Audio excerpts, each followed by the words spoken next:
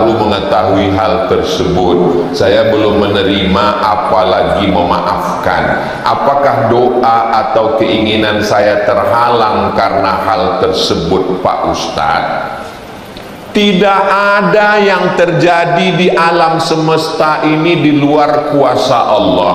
Semua sudah tertulis di Lauhil Mahfuz bahwa engkau terlahir, lalu kemudian diadopsi orang. Jangan marah kepada ayah ibu kandungmu, biarlah itu urusan mereka kepada Allah. Bersihkan hatimu.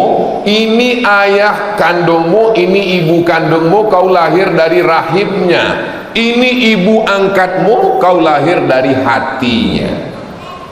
Yang ini lahir dari rahimnya, yang ini lahir dari hatinya. Saya punya ibu kandung, saya punya ibu angkat. Kedua-duanya saya kirim doa, kedua-duanya saya kirim Al-Fatihah. Kita urus yang masa akan datang, yang masa lalu kita lupakan. Jangan menyimpan dendam, jangan menyimpan marah, jangan menyimpan sakit hati.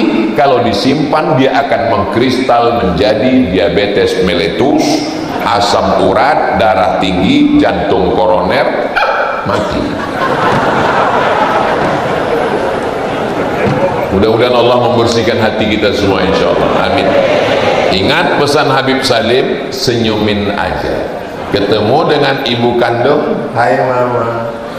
Ketemu, kalau saya lihat dari senyum jamaah ASN dan non ASN ini, semuanya adalah orang-orang bahagia.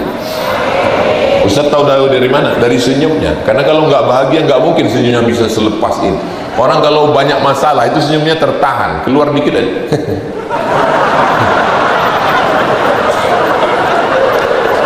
Kalau mau melihat orang itu dari senyumnya. Saya husnuzon bahwa saudara-saudara saya ini orangnya bahagia semua. Kurang bahagia, amalkan pesan Habib Salim, lihat ke langit, senyum. Apakah saya salah mencurigai suami ketika berada di luar rumah karena suami punya usaha buah-buah dan pelanggannya paling banyak wanita, dan suami ini sudah bersumpah tapi hati ini tetap tak menerima? Itu namanya cemburu buta. Pasang CCTV, tulis di situ, pedagang buah ini sudah beristri, di bawah pengawasan. Dan bagi suami, jangan terhalang untuk mencari rezeki gara-gara istri yang begini. Kalau ada istri yang selalu bertanya, kau pulang jam berapa, jalan sama siapa, kunci motor mana, gaji mana, itu sesungguhnya istri ingin menjaga supaya suami tidak dilarikan pelakor. Betul? Ibu tetap jaga, itu namanya security syariah.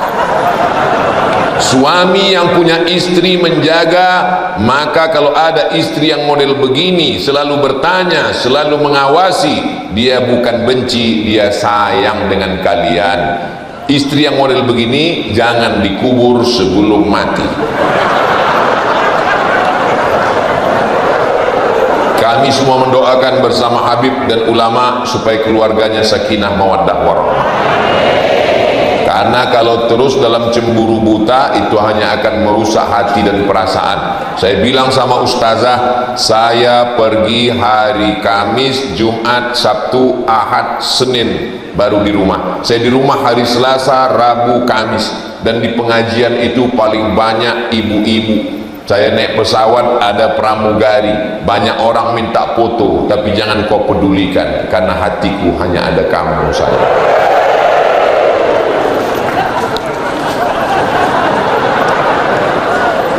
Suami yang terlalu takut sama istri, bersabarlah. Kenapa? Karena kalian kalau mati tidak kena azab kubur. Karena kata malaikat, yang ini nggak usah diazab karena sudah terlalu azab di dunia.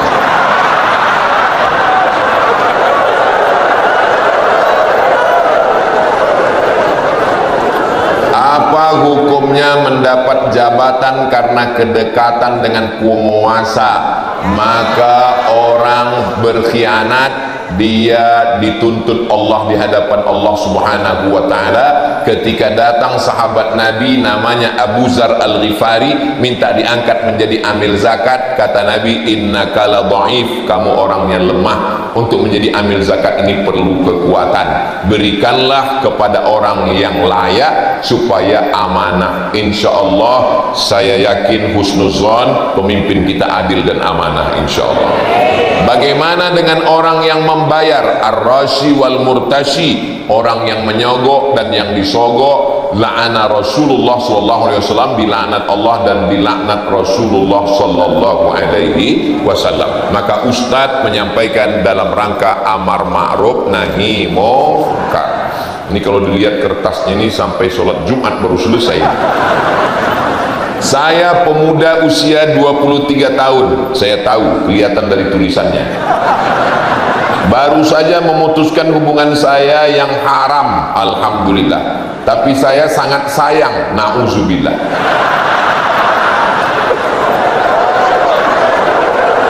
Dan belum bisa move on, insya Allah.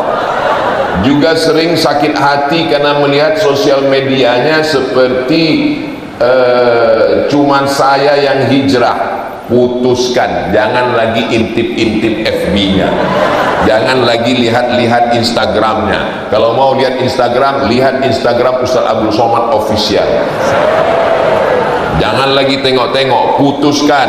Lalu kemudian bilang kalau sayang sama dia. Nanti setelah aku bekerja, aku mampu, kupinang kau dengan bismillah dan sekilo emas berlian. Insya Allah, mudah-mudahan yang belum menikah dimudahkan Allah jodohnya. Banyak kali yang belum nikah ini. Jangan melakukan perbuatan yang haram. Tapi yang saya cintai itu sudah menikah dengan orang lain, Pak Ustadz. Gak apa-apa, Allah sudah menyiapkan yang lebih cantik, yang lebih kaya, yang lebih tinggi, yang lebih putih, yang lebih hebat dari dia. Bunga bukan setangkai, kumbang bukan seekor. Patah tumbuh hilang berganti, hilang satu tumbuh seribu. Segera datangi Habib Salim, beliau punya banyak jamaah. Jangan ke saya. Saya mau minta doanya untuk kakak saya yang baru meninggal seminggu yang lalu, nama almarhumah. Kalau laki-laki almarhum Taufik. Nanti di akhir majelis kita doakan semua. Ini acara kita masih panjang, nanti ditutup dengan doa di akhir. Untuk yang sakit, untuk yang meninggal, semua kita doakan insya Allah. Kita nanti ada penggalangan dana, tapi namanya lelang. Namanya aja lelang, sebetulnya akadnya adalah wakaf, tapi dikasih hadiah. Misalnya ibu bapak berwakaf, dikasih baju kaos, ada tulisannya UAS. Tulisannya gimana? Ya kayak gini, UAS, ujian akhir semester. Nanti dikasih baju kaos ke depan, dia berwakaf, duitnya 100% untuk pembangunan pesantren Nurul Ilmi. Nurul Ilmi, Nurul Iman, 100% untuk pesantren Nurul Iman di Gorontalo, yang insya Allah akan menjadi amal jariah sampai hari kiamat insya Allah. Bajunya mirip, tapi bukan yang ini. Kalau ini diambil, saya pakai apa pulang?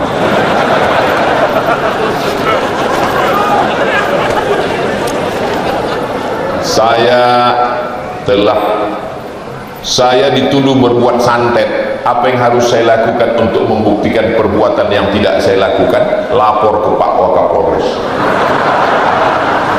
Yang nuduh ini kena pasal penistaan nama baik, pencemaran nama baik.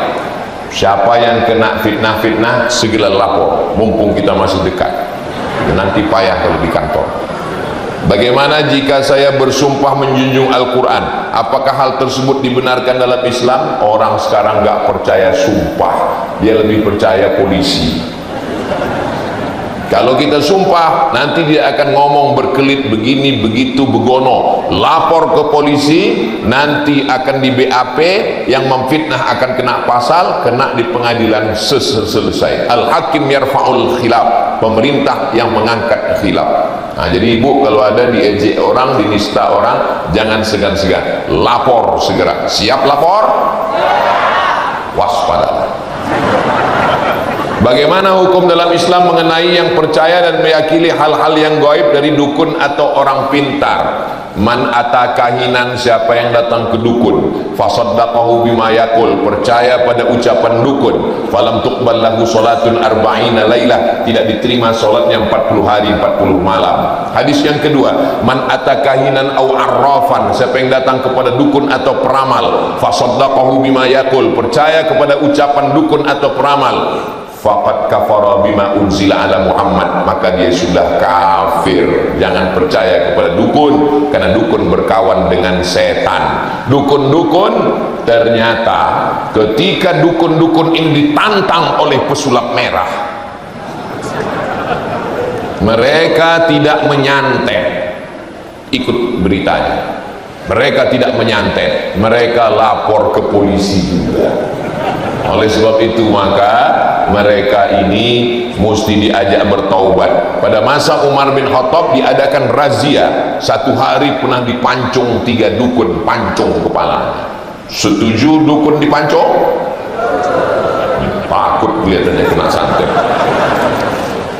Zaman Renaissance, abad keemasan, bangkitnya Eropa, semua dukun-dukun ditangkap, dibakar, dibunuh untuk menyelamatkan Eropa dari khurafat, takhayul dan macam-macam kesesatan. Jadi insya Allah Islam ini dibersihkan dengan akidah tauhid yang benar. Wujud qidam baqa mukhalafatu lil hawadisi qiyamuhu binafsihi wahdaniyah qudrat iradat. Sama basor kalam, ilmu hayat sama basor kalam. Bagaimana tindakan saya menyikapi suami yang tidak lagi memberikan nafkah batin kepada saya sudah lebih dari 4 tahun? Ada bapak pengadilan agama, ini enaknya acara, semua ada. Yang dituduh kena santet langsung lapor Pak Kapolres. Yang ada macam-macam di laut, ada langsung bapak lanal angkatan laut. Yang kebetulan ini tidak memberi. Dulu suaminya akad nikah, bapak Kua disuruh membacakan, jika baca sirat ta'liq, jika istri saya tinggalkan 6 bulan lamanya tidak memberikan nafkah zahir dan batin, lalu dia datang ke pengadilan agama, lalu kemudian istri membayar iwat 10.000, lalu hakim menjatuhkan talak 1, maka jatuhlah talak 1 saya kepadanya. Apakah kakak-kakak ingat waktu suami membacakan sirat ta'liq itu? Inilah masalahnya. Kenapa muncul pertanyaan ini? Karena banyak perempuan tidak ingat waktu suaminya baca sirat ta'liq. Waktu suaminya baca sirat ta'liq, dia hanya melihat.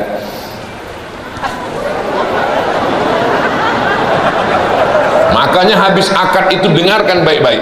Suami itu sebetulnya sedang mengikat dirinya. Jika istri saya tinggalkan 6 bulan lamanya tidak memberikan nafkah zahir dan batin, atau menyakiti zahir dan perasaannya, lalu dia datang ke pengadilan agama dengan membayar iwat 10.000, maka hakim menjatuhkan talak 1, maka jatuhlah talak 1 saya kepadanya. Jadi istri tinggal datang ke pengadilan agama, nanti pengadilan yang akan memutuskan dia jatuhnya talak berapa. Kalau pengadilan agama sudah menjatuhkan talak 1, karena suaminya nggak pulang-pulang, namanya Bang Toib.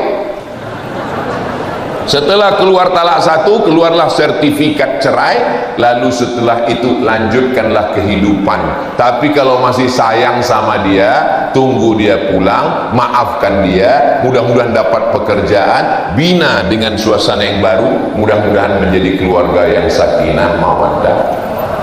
Dia nakal, pakai narkoba, pemabuk, selingkuh, jahat, sabu-sabu, pulang-pulang ngambil duit saya masak nasi nggak matang-matang, rupanya kompor gas sudah dia jual untuk beli sabu-sabu. Anak saya lahir orang bawa mie instan, semuanya oleh-oleh dia jual juga untuk narkoba. Kamu datang ke pengadilan ngadu, nanti hakimnya akan menjatuhkan. Tapi kata ustadz saya, kalau saya ngadu ke pengadilan nanti Allah marah, tiang aras bergoncang. Kalau suamimu baik, soleh, lalu kau nuntut mobil, nuntut rumah mewah, nuntut uang banyak karena dia tidak mampu, lalu kau gugat, itu yang Allah marah, yang aras bergoncang. Tapi kalau suami jahat, pemabuk, pezina, selingkuh, narkoba, kau gugat ke pengadilan, jangankan tiang aras, tiang listrik pun nggak bergoncang. Jangan mau dianiaya laki-laki, karena agama dan negara sudah membela kalian, saudariku perempuan. Sirat ta'liq itu adalah ijtihad ulama-ulama di Indonesia, Asia Tenggara, untuk mengikat laki-laki supaya dia jangan sembarangan. Habis akad dia tinggal, perempuan susah mau melanjutkan hidupnya, diikatlah dia dengan sirat ta'liq untuk menolong perempuan. Jelas? Itulah yang dapat saya sampaikan pada kesempatan ini. Menangkap puyuh di Bukit Selasih. Thank you dan terima kasih. Wassalamualaikum warahmatullahi wabarakatuh.